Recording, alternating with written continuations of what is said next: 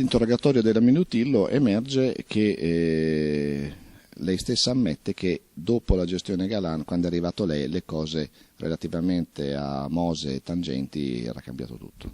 Beh, direi che io ho fatto semplicemente quello che dovrebbe fare un buon amministratore, porta la sua linea amministrativa, che è stata quella del rigore, del controllo anche a volte molto certosino delle pratiche, delle carte e soprattutto di impartire direttive agli uffici e un po' a tutta la macchina, quindi che significava non creare comunque in senso generale il substrato. Fermo restando che in questi 4 anni ho presentato un centinaio di denunce di esposte alla procura per altri fatti non riguardanti questo, ma che comunque sono segnalazioni che mi sono state fatte. La cricca, è emerso nelle indiscrezioni giornalistiche dei giorni scorsi, la viveva un po' come un guastafeste. Guardi, questo l'ho vinto anch'io come sorpresa nel leggere magari dei frammenti di intercettazioni o delle dichiarazioni.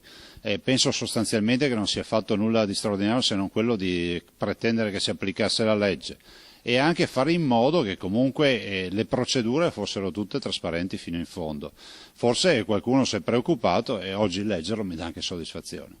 3 dirigenti sospesi immediatamente non appena rese noti gli arresti, questa sarà la linea che proseguirà anche in futuro qualora emergessero altre cose. I processi si celebrano nei tribunali, per cui non spetta a me fare processi. Spero che tutti gli indagati abbiano la possibilità di chiarire la propria posizione e soprattutto nell'interesse dei veneti, della comunità del Veneto, per tutto quello che si dice ed è accaduto. E dall'altro ovviamente rigore ancora, legalità e il minimo sospendere da subito i 3 dirigenti e l'azione di sospensione delle deleghe dell'assessore che peraltro c'è da dire si è dimesso con un telegramma direttamente la mattina stessa dei fatti. Rivedrà i magistrati della procura, Presidente? Beh, questa è una partita che non le so dire, noi siamo a disposizione ovviamente H24 della procura e questa è un'amministrazione che vuole essere un'amministrazione con le pareti di cristallo anche degli edifici in modo tale che sia trasparente al massimo, per cui sanno benissimo gli inquirenti che qualsiasi carta, qualsiasi nostra disponibilità è totale.